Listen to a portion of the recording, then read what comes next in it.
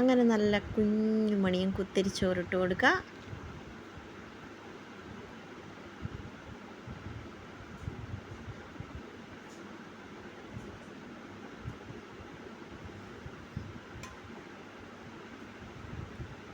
കുഞ്ഞുമണിയും കുത്തിരിച്ചോറ്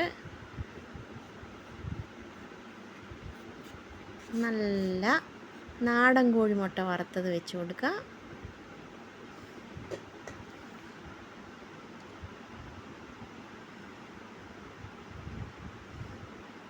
അങ്ങനെ നാടൻ കോഴിമുട്ട വറുത്തത് വെച്ച് കൊടുത്തു.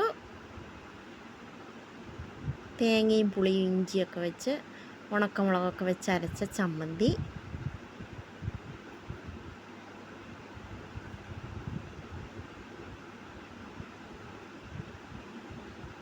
ചിക്കൻ വറുത്തതുണ്ട്,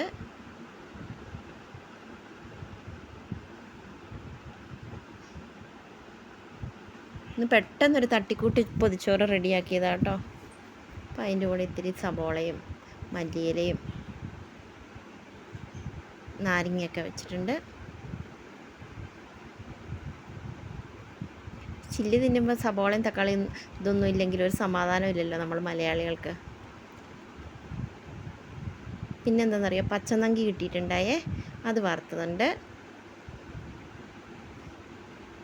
പിന്നെ ഇന്ന് ഒഴിച്ചു കൂട്ടാൻ എന്താണെന്നറിയോ, നല്ല മോരുകറി ഉണ്ടായേ. നമ്മുടെ വീട്ടിലുള്ള പാലല്ലേ, അതങ്ങനെ തൈരാക്കി നല്ല മോരുകറി, കടയിൽ നിന്ന് വാങ്ങിച്ച തൈരല്ല, അങ്ങനെ നല്ല മോരുകറി ഉണ്ടായി. മോരുകറിയൊക്കെ എന്തോരം ഒഴിച്ചാലും ചോറിൻ്റെ കൂടെ കിട്ടിയാലും തികയൂല. പൊതിച്ചോറിനകത്തല്ല അതങ്ങ് പറ്റി നല്ല കുറുകെ ഇരിക്കുമ്പോൾ നല്ല ടേസ്റ്റല്ലേ. അപ്പോൾ നമുക്ക് എന്തൊക്കെ ഉണ്ടെന്ന് ഒന്നും കൂടെ നോക്കിയാലോ.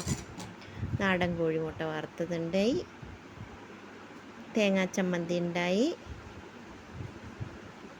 ചിക്കൻ വറുത്തതുണ്ടായി, പിന്നെ അതിൻ്റെ കൂടെ ഇത്തിരി മല്ലിയിലയും സവോളയും പച്ചമുളകൊക്കെ വെച്ചത്, പച്ചനങ്കി വറുത്തതുണ്ടായി, പിന്നെ മോര് കൂട്ടാനുണ്ടായി. അങ്ങനെ നമ്മുടെ പൊതിച്ചോറ് ഇവിടെ റെഡിയായി.